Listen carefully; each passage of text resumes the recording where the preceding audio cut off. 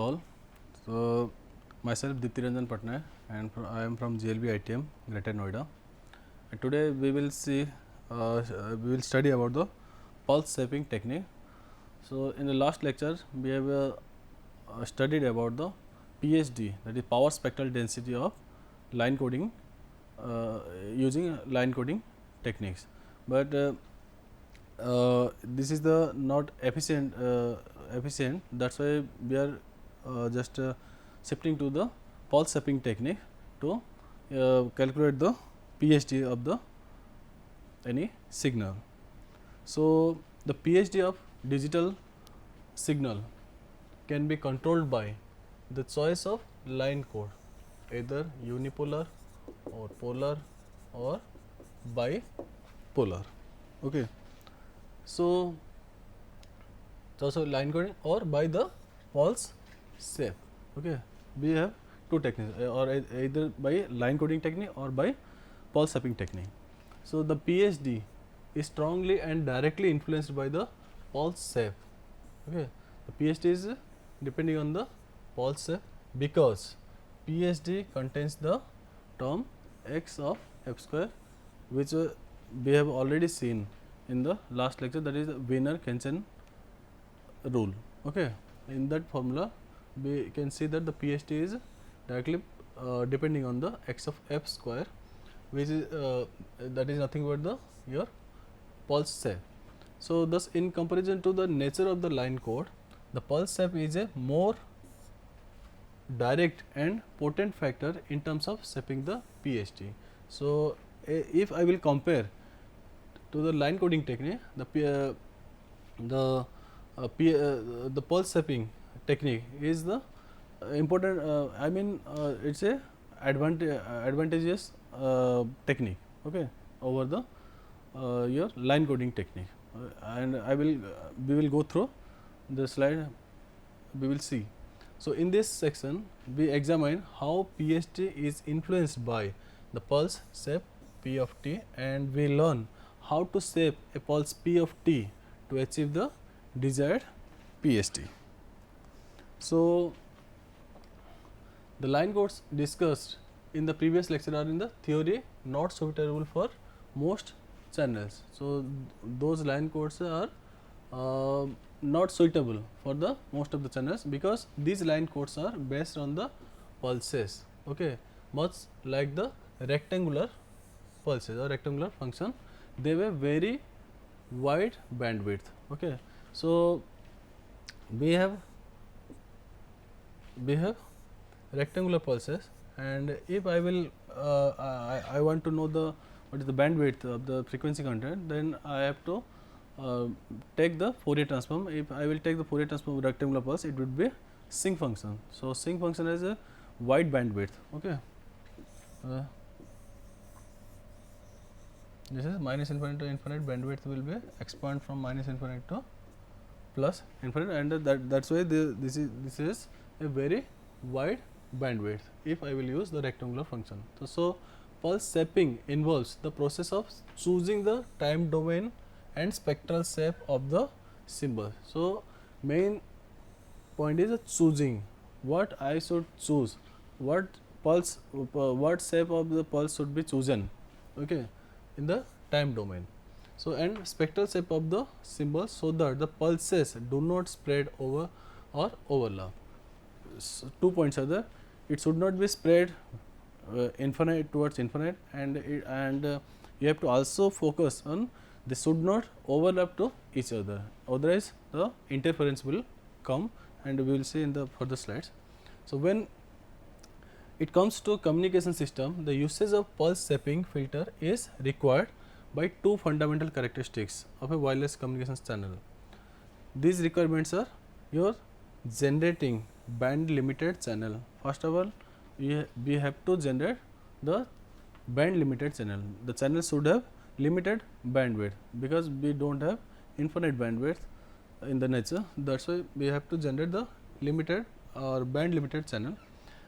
And second one is reducing the inter symbol interference. Okay, your one symbol is interfering to other, that is nothing but the inter symbol interference from the multipath signal reflections, because this is the, let's say this is a source point, one source point is there, one receiver point is there, and so many blocks are there, buildings are there, trees are there, the signal is coming like this, signal is coming reflecting like this, signal is scattered like this.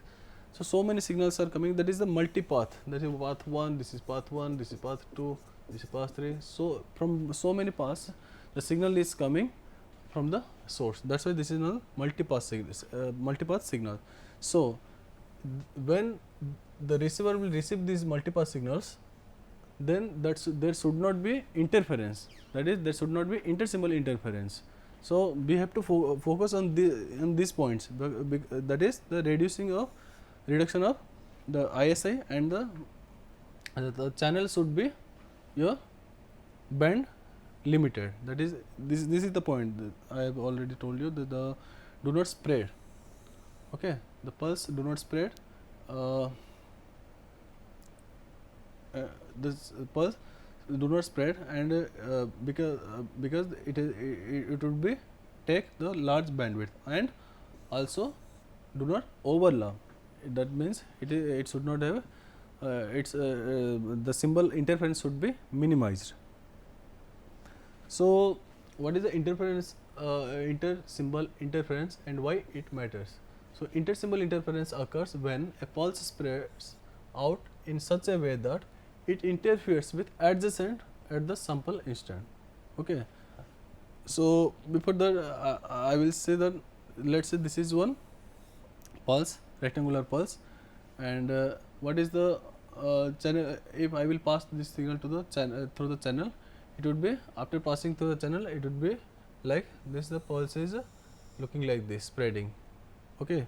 Similarly, for this is for data 1. If I will use data 0, then it would be negative pulse, and it would be spread like this. Okay. So this is the channel input pulse. Okay. This is the channel output pulse. Okay. So this is the data stream. Okay. So this the data stream has a, this is same for 1, this is 1, for 0 this is exactly not exactly this point, it is starting from this point, it is spreading due to the channel. Okay. So same for 1, this is for 1, this is for 1, again for 0, this is for 0, this is for 1, this is 1, and so what is the resultant channel output waveform? I will get the resultant is like see, this is the dotted red marks are the actually these are the main symbol, but we will get this is the, I will guess this signal as +1 and rectangular pulse, and again I will plus for TB, again for TB at TB point we have, this is the greater amplitude, that's why this is the -1, again for at 2B and at 2 TB and at 3 TB it would be this pulse and this pulse, that's why it is considered as a +1 and so on so forth. So ISI is prevalent in high data rate communication system. So ISI is there, always there in the high data rate communication system when the communication channel bandwidth is greater than the signal bandwidth. If your channel bandwidth is greater than the signal bandwidth, ISI is minimized. Okay. The ISI is that is interference, intersymbol interference would be minimized when the bandwidth of the signal and the channel bandwidth is close to each other, that means nearly equal. Okay. Other than the overlapping of symbols is greater is closer when the bandwidth of the signal and the channel bandwidth is close to each other, then the overlapping of symbols is greater and ISI increases. Okay. Close means it would be equal or greater than. Okay. So if my channel bandwidth is greater than or equal to greater than, it's let's say greater than the symbol, I mean the bandwidth of the signal. Okay. Signal bandwidth is greater than the channel bandwidth, then the ISI increases. Okay, so ISA is responsible for degrading the signal that is going to be transmitted. Okay, you can see here the due to pulse spreading, there are, see, in at this point there is a symbol, content of the symbol 0 this pulse, and content of the this pulse also, content of the this pulse also. So many pulses are there at particular time instant. Okay, so that's why ISA is responsible for degrading the signal that is going to be transmitted. This makes the reconstruction of the original information at the receiver end is difficult. Due to ISI, it is very difficult to reconstruct the original waveform or original information at the receiver end. Okay, so in such cases, communication is hindered, which is why controlling ISI is critical. Okay, so ISI control is very critical. So here again one example you can see that I have transmitted the symbol 1011. This is the pulse SAPI. Then received sequence is it is not exactly, it is not coming like this with ISI with the channel. This pulse is spreading. Okay, again for 11 this pulse is spreading. There is no zero content also there, and we can see that the spread is overlapping. This symbol spread and this symbol spread is overlapping, which is nothing but your ISI, that is inter-symbol interference. Okay, so we are now, to overcome these problems, we are now move to Nyquist pulse shaping technique. Okay, so pulse shaping is one technique used in communication to overcome the degradation of the signals due to ISI. Due to ISI, whatever the signal is degrading, to minimize this degradation, we are using pulse shaping. So pulse shaping involves the process of choosing the time domain and spectral shape of the symbols so that the pulses do not spread or overlap. Already told you that at this point. Nyquist pulse shaping criterion is followed to achieve zero ISI. So Nyquist pulse shaping is a pulse shaping technique which follows the which achieves the zero ISI. According to Nyquist pulse shaping criterion, to achieve zero ISI, digital pulse should satisfy the following condition. So to achieve zero ISI, the pulse should follow the pulse should satisfy this P of t equal to 1 for t equal to 0 and 0 for other instants. Okay, so pulses that satisfy the above condition have zero ISI as the values of the pulses at sampling periods are either equal to 1 at the center of the pulse or equal to 0 at the points where the other pulses are centered. So main is a sampling period. Okay, wherever I have to take the samples at that point, that pulse at that point there is only one pulse should be active. Okay, other pulses value should be 0. I will say in the next slide.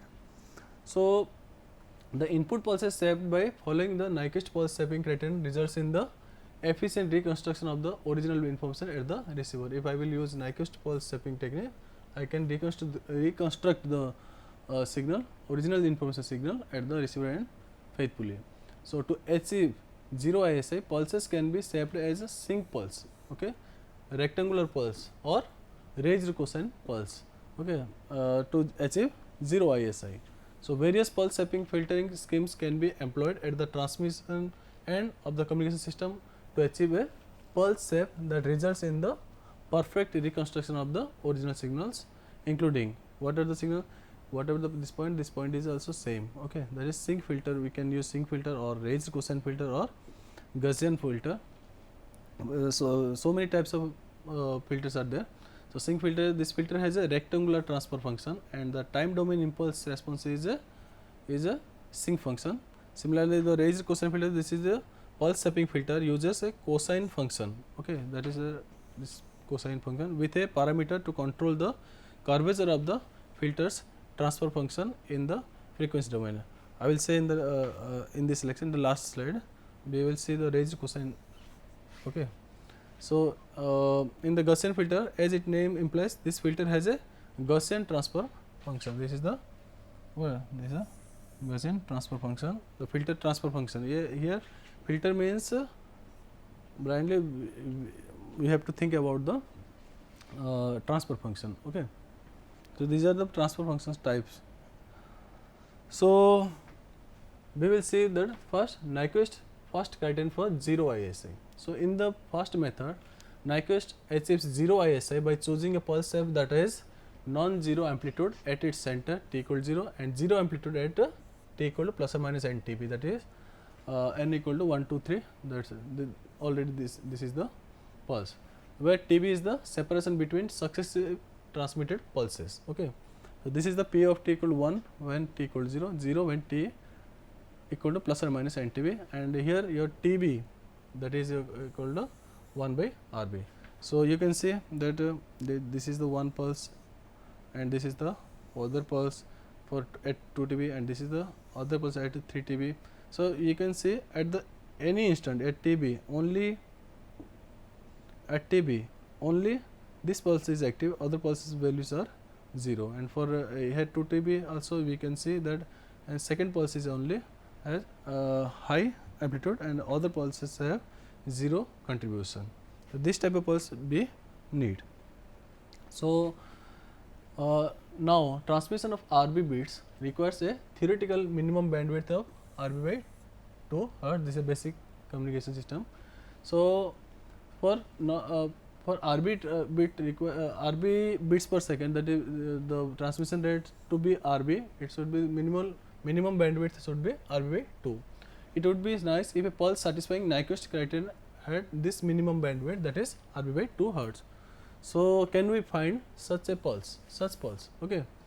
So there exists one and only one pulse which has bandwidth RB by 2, that is your sync pulse, okay, and this would be your, if I will draw the Fourier transform, it would be minus 0.5, this is your RB by, this is RB by 2 bandwidth. So this sync pulse is nothing but the sync pi RBT has the property sync pi RBT equal to 1 when t equal to 0 and 0 when t equal to plus or minus n TB. At 0 only it has the value 1 and plus or minus n TB, that is this is we can write this is 1 by RB means TB, this is 2 TB, this is 3 TB, because TB is your equal to 1 by RB. So moreover the Fourier transform of this pulse is nothing but your 1 by RB, your rectangular function, your frequency divided by your axis divided by width is nothing but your RB. So unfortunately, what is the problem? Unfortunately, this pulse is impractical because it starts at minus infinite, because it starts from minus infinite. Okay. So we will have to wait an infinite time to generate it. So this type of pulse can be we should wait for infinite times to generate this type of pulse. So any attempt to truncate it would increase its bandwidth beyond RB by 2. Okay. So this is the pulse. If I will truncate this, then what would be the truncate means? I am see, this is the RB equal to 1 by TB. If I am truncating this one or this symbol, then this TB would be very small. That is truncating. This is time axis. I am truncating the TB. That means your bandwidth will be your high. So, but even if this pulse were realizable, it would have an undesirable feature, namely it decays too slowly. Thus decaying rate is too slow, that is at the rate of 1 by t. This scheme therefore fails unless everything is perfect, which is practically impossible. Okay. So the solution is to find the pulse p of t that satisfy the equation 1, that is it should have a p of t like this, and but decays faster than 1 by t. So new solution is there a practical solution to get 0 ISI? Nyquist has shown that it is possible to get 0 ISI provided we use the bandwidth of the pulse p of t larger than RB by 2. Instead of RB, we should take the bandwidth of the signal as from RB by 2 to RB. It should lie between RB by 2 to RB. Okay. So, let us see what would be the condition on P of f, so that it can give 0 ISI. So, if we sample P of t every TB second by multiplying P of t by impulse train, okay, we are always doing like this. We are multiplying this P of t into impulse train, then all the samples except the one at the origin are 0. Okay. So, impulses exist only at 0, that is why at only at 0 it would be it will present, otherwise it is 0.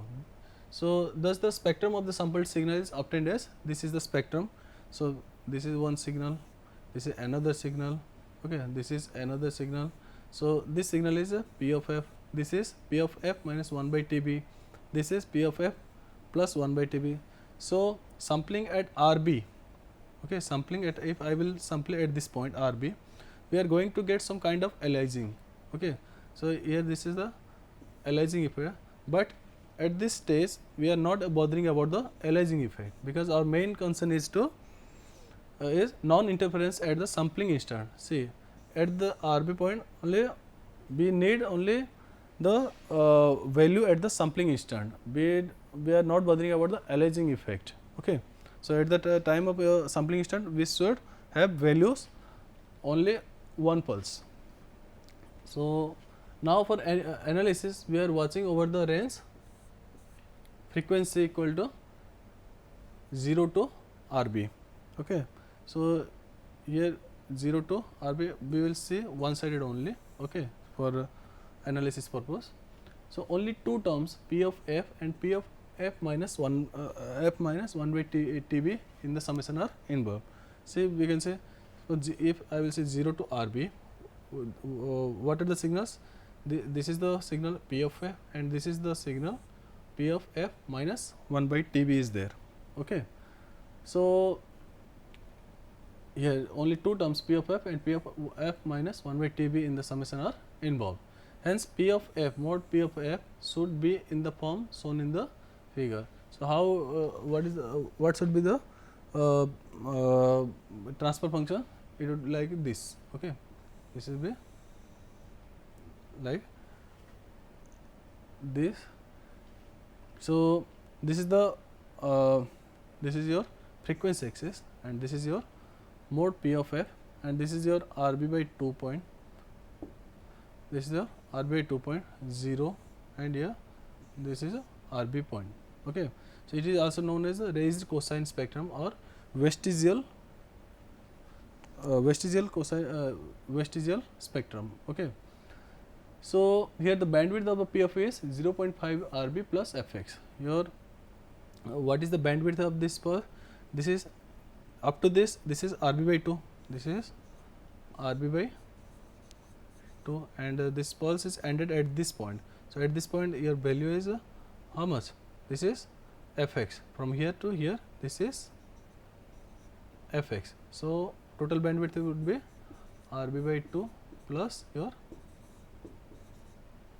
Fx, okay, that is 0.5 RB plus Fx. Let R be the, this point R be the ratio of excess bandwidth to the theoretical minimum bandwidth. So, I will see what is the actual bandwidth, theoretical minimum bandwidth and what is the excess bandwidth. Your excess bandwidth is your, this is actual bandwidth RB by 2, I need up to RB by 2, but from RB by 2 to this point it is your excess bandwidth, that is Fx, and the theoretical minimum bandwidth is your, we have already known the RB by 2, this is the theoretical minimum bandwidth. Okay. So, when I will divide this, it would be Fx divided by 0.5 RB, or it would be 2 Fx and Tb. Tb is nothing but your 1 by RB. So, note what is the note point? Fx cannot be larger than 0.5 RB, as R here it should be lies between 0 to 1. That is why Fx cannot be larger than 0.5 RB. So the constant R is called the roll-off factor. Okay, the constant R is called the roll-off factor and is also expressed in terms of percentage. With if roll-off factor is lies between 0 to 1. If a roll-off factor is decreasing or increasing with respect to the roll-off factor, the pulse step is changing. Okay. So in terms of frequency f, the theoretical minimum bandwidth is your 0.5 RB. The excess bandwidth is your fx equal to r RB by 2 hertz. Therefore, the bandwidth of the total P of f is nothing but the RB by 2 plus the excess bandwidth r RB by 2, that is nothing but 1 plus r RB by 2. So, a pulse P of t that causes 0 ISI at the center of all the remaining pulses or signaling instant, that is the where I have to take the signal value, is the Nyquist first criterion pulse. What it is saying, a pulse P of t that causes 0 ISI at the center of all the remaining pulses is the Nyquist first criterion pulses. The pulse only exists at the single instant and at other instants its value is 0. So, we have shown that a pulse with a vestigial spectrum or Rayleigh cosine spectrum satisfies the Nyquist first criterion for 0 ISI. So, we have seen here we have seen about the how the ISI could be minimized, and we have seen two things, Nyquist first criterion for 0 ISI, and then we have seen about the Rayleigh cosine spectrum technique, or that is also known as vestigial spectrum. Okay, vestigial spectrum or Rayleigh cosine spectrum. This is the techniques to reduce the ISI, and thank you so much.